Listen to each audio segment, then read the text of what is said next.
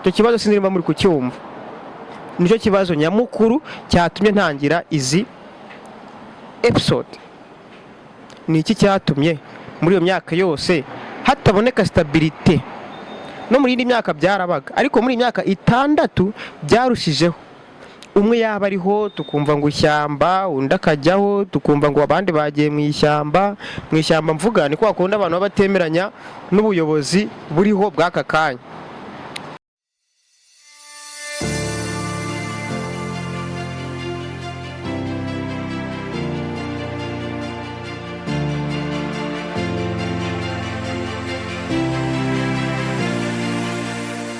Nguhaye ikaze wo gukurikira ibiganiro byacu kuri Day to Day TV.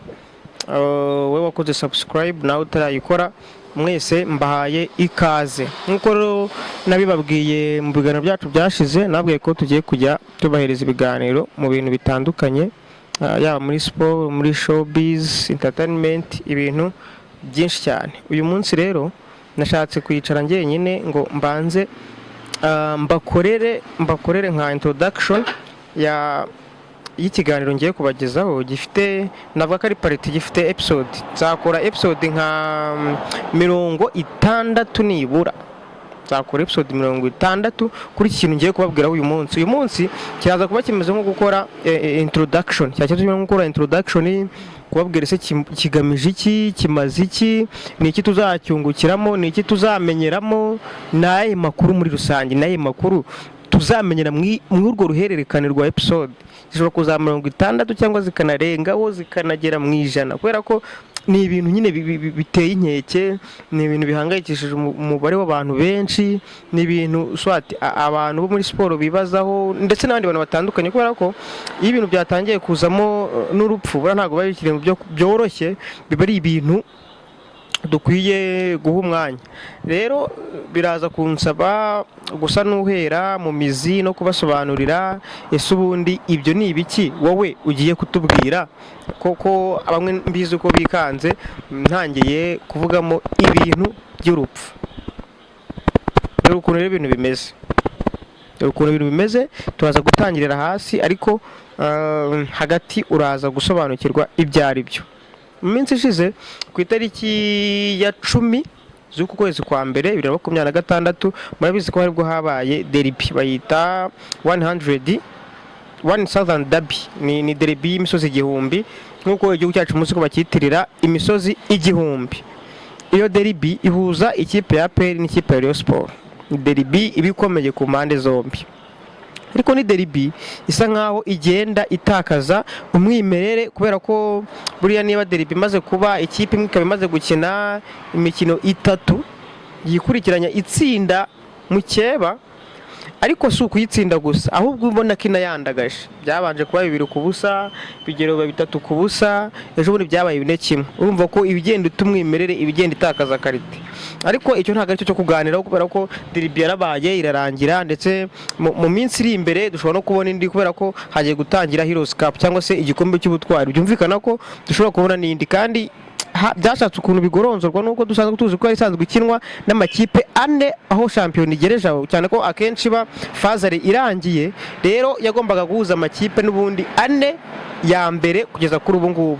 Niyo twari kwa dukuyemo amakipe yo muri Sudan, wenda amakipe 2 bongeye muri champion, kubera ko ubushize atararimo, twasanga Rayon Sport itarimo. Ariko kugira ngo nyine icyo gikundiro uwo murindi w'abafana, kugira ngo niyo message itangwe, kandi urumvikana ko umuntu wese wategura irushanwa abafite message ashaka gutanga, abafite ubutumwa agenera abantu. Rero ikipe ya Rayon Sport itarimo ntago babisoundinga, ntago nyine message ishobora gutambuka uko bikwiye. Niyo mpamvu bafashe amakipe 4 yabaye ya mbere muri champion ishizaho gufataho bigeye ubu, nubwo ko barasanzwe babigenza. Ibyo nabyo si ikibazo cyane, kubera ko ubwo ababikoze babazi impamvu babikoze. Rero ikintu cyatumye uyu munsi negereza kwitereka nkababwira ko atari n'ikiganiro kimwe, ahubwo bizaheba uruhererekane n'ikihe. Iyo kipe twese twemeranya ko ifite abafana benshi mu Rwanda, si mu Rwanda gusa n'aba diaspora twemeranya ko ifite abafana benshi. Iyo nta yindi ni Rayon Sport. Ni ikipe iheruka igikombe cya shampiyona mu mwaka wa 2018 ubwo yaborwaga n'umugabo bita Paul Muvunyi, uwo ni wari perezida wayo. Hanyuma aza kuvaho ndetse 2019 umwaka wakurikiyeho anitwara neza, ashyiraho agahigo bigoranye kuzakuraho, yaba kuwundi muperezida wese wafata Rayon Sport ndetse nta n'indi kipe yo mu Rwanda irabasha gukuraho. Ako rero murakazi mwese nuko yabashije kugera kugeza ikipe mu matsinda, yewe bakanarenga. Muri abantu benshi bagarukira ko Paul Muvunyi yagejeje ikipe mu matsinda, ariko ntago ari mu matsinda gusa kubera ko yarenze n'amatsinda ahubwo akagera muri 1/4. Nabyo abantu benshi turabizi. Iyo kipe rero kuva icyo gihe, kuva 2019 ntiheruka igikombe cya shampiyona, yewe ntiheruka no kwitwara neza, cyane ko iyo ni imyaka yabaye iy'ibibazo. Ubibaye imyaka 6 n'uwa 7 ugiye kujyaho mu kiyabaye twara ibikombe yikurikiranye, nta rindi kipe yindi iciyemo, cyane ko biranagoye ko nubwo APR ifite ubushobozi na polisi ikaba bifite nk'uko tubyumva inabuhabwa nk'uko binagaragara, ariko biragoye ko rindi kipe aza kitambika igatwara shampiyona. Nk'iyi shampiyona polisi yatangiye tubona iri seriye, ariko nyine uko iminsi ishira tugenda tubona nyine ko seriousness yayo igenda igabanuka. Biranagoye rero ko yazi kitambika, ariko ni imyaka kuri Rayon Sport yaranzwe n'ibibazo. Umwaka umwe perezida akajyaho, tugahera kuri Sadat Munyakazi wayifashe ubwo Paul Muvunyi yavagaho. Ibyo ni ibintu byose nzagenda mbaganiriza neza ku murongo, cyane ko nubwo mubona ntari mukuru, ariko ni ibintu nakurikiranye neza, ngenda negeranya amakuru, ngenda negeranya amateka.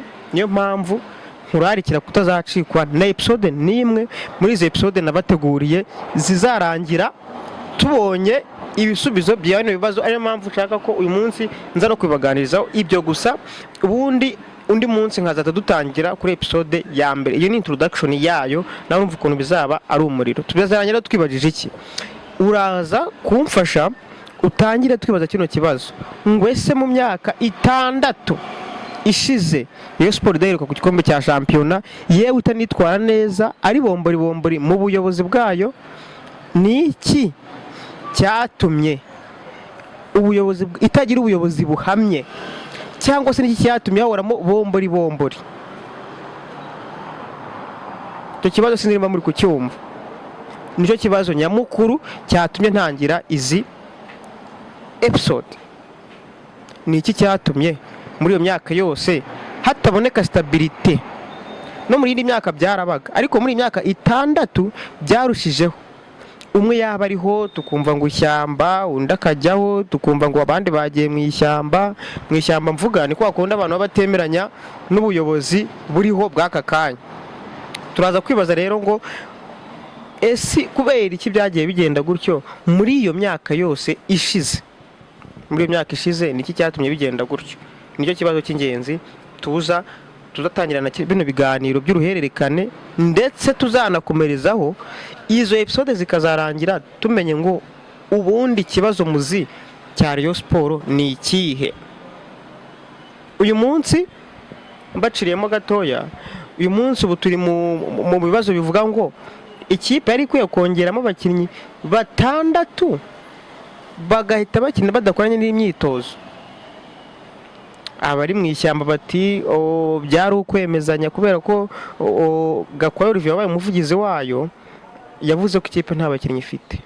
Abandi bati oya, byagombaga kuba kubera ko niyari ihari yatsinzwe 3-0 match ya derby iherutse. Ariko ibyo bintu ni ibintu bifite umuzi, ni ibintu udashobora gusobanura umunsi umwe cyangwa mu kiganiro kimwe ngo buri wese asobanukirwe ukuntu byagenze n'icyatumye ibyo bintu bigera kuri bibasha gurenga imyaka 6 yose ikipe iri muri bombori kugeza naho twumvishe ko abafana batangiye kwiyahura. Icyo kintu ushobora kukivuga kaza kumva cyoroshye, ariko nyuma ya derby umufana wo mu karere ka Kayonza dushime n'ubuyobozi bwafashije kujya kumutabara, yiyahuye kubera ko ikipe yatsinzwe ibitego 4-1. Nyabuneka buriya ikintu cyitwa amarangamutima nta muntu ugikinisha. abantu njye numva baseka umuntu uswati ngo yiyahuriye urukundo, kabiri ngo yiyahuriye ikipe, gatatu ngo yiyahuriye ibindi bintu by'amarangamutima n'ibintu by'amadini cyane. Mujya mwumva nk'umuntu ashobora, nk'umupasiteri ashobora kuza akayobya abantu neza akavuga ati mwicishiza inzara muri Kenya bibaho, ariko buriya abantu ukabaseka kubera ko ntabwo dufite ubushobozi bungana bwo kontrola amarangamutima yacu, ntabwo ubushobozi bungana. This means ko ariyo mpamvu ibi bintu tugomba kubiganiraho tukareba ngo ni iki cyabiteye, ese ubundi hagomba gukorwa iki, kubera ko niba bigeze ahantu umuntu ashobora kwiyambura ubuzima guys, ntabwo ibintu biba byoroshye, kandi nanakomeza kubwira abantu ngo ibi bintu tuba turimo, ababashije gukontorora amarangamutima yabo bibabyarira inyungu, aho twese tuba turwanya, bamwe bari kuri uruhande abandi bari kuri uruhande, bamwe bibabyarira inyungu nubwo twebwe bimeze nkaho ahubwo bibangamira amarangamutima yacu, ahubwo bigatuma bamwe bababara, abandi ngo nibatahe. Nawe uze numva Munyakazi Sadat avuga ko yatashye uwe n'umuryango we yasaba bose yari yabazanye kuri stade, ariko ataha ngo bataha urusorongo, watinya no gutaha ku manwa kugira ngo hataza kugira umuntu unamubona. Guys, urumva ko ibyo bintu bikomeye, kandi urano mu kirere twese twemera, ntabwo ari ibintu twakirenza gutyo gusa byoroshye, sibyo? Ntabwo ari ibintu twakirenza gutyo gusa byoroshye. Rero muri iyi kiganiro cya mbere dukoza kuri urwo ruhererekane, ikintu nagiraga ngo mbabwire ngo nazagira ikiganiro kimwe ucikwa kuva dutangiye kuzageza umaje gusobanukirwa neza uko bimeze.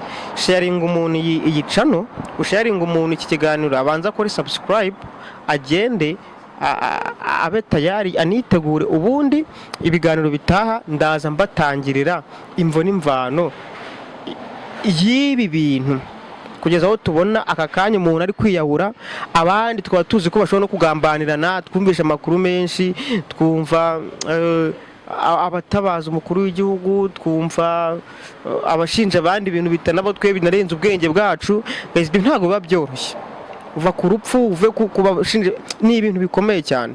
Rero wowe ikintu ngusaba nuko uzaba hafi, ubundi tukagendana par etape duhereye ese ubundi bintu bikomoka he, ni iki gituma iyo kipe abantu bayirwaniramo, ni iki gituma n'uwo bwitwara nabi gutyo ntawe ushaka kuyisohokamo, ni iki gituma uyijemo adashobora kumara umwaka umwe, kwanza umwaka ni mwinshi kubera ko uvuyeho nta n'umwaka yari amaze. Ni iki gituma abantu umwe adashaka no guha undi iyo minsi, ni iki gituma nubwo twe tuba twumva ngo ikipe irakennye swat ubushobozi ni bukeya, ariko se kubera iki umuntu ageraho kumva yaragambanira umuntu mu buzima busanzwe? Kubera ko ibyo ndabivuga kubera fact, kandi ndabizi nzagenda mbibereka.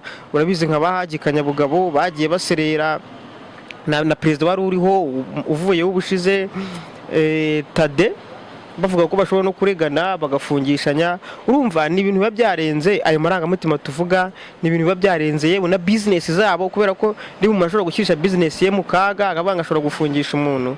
Urumva ko ni ibintu biba bigeze ku rwego nyine biba bikwiye gutangirirwa hafi, nubwo twe nta bushobozi dufite, ariko ikiza nuko igihugu cyacu kiduha freedom of speech yo kuvuga ikintu cyose umuntu ashaka, kuba ushobora gukusanya ibimenyetso, upfa kuvuga inkuru idaharabika. Ngewe ikintu nababwira kandi nzakomeza kubabwira nuko n'ibyo biganiro byose tuzagerageza kureba ukuri, tuzagerageza kwanaliza ukuri, kureba ahantu ukuri, kubera ko twese turatekereza kandi umuntu wese afite ukuntu abona ibintu, ariko ukuntu ubona ibintu ntibikuraho ukuri kw'ibihari, ntibikuraho reality, ntibikuraho ko hari ibyo ushobora kuba wirengagiza, cyangwa se hari umuntu ushobora kuba bifitemo inyungu ariko zitariza abantu benshi, ahubwo wenda arize ku giti cye. Ibyo rero tudashaka, ibyo dushaka kuzakiriyaringa.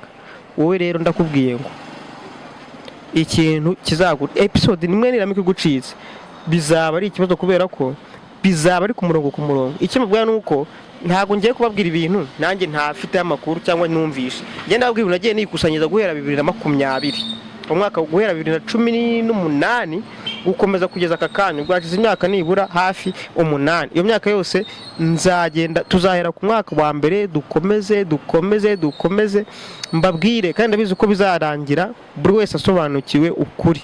Ntuzajye kure rero, ngiye muzamubana ndi Costa mureka neko batindira, ni Costa, iyi ni Day to TV, uzajye ukurikirana ayo ma episode yose, kandi mutibagiye ko tuzatuvangamo n'ibindi biganiro, ariko icyo ndakibijeje ko guhera ku munsi w'ejo nzatangira kubaha izo episode. Rero komeza uzabane nanjye kandi ntuzigere ujya kure yanjye.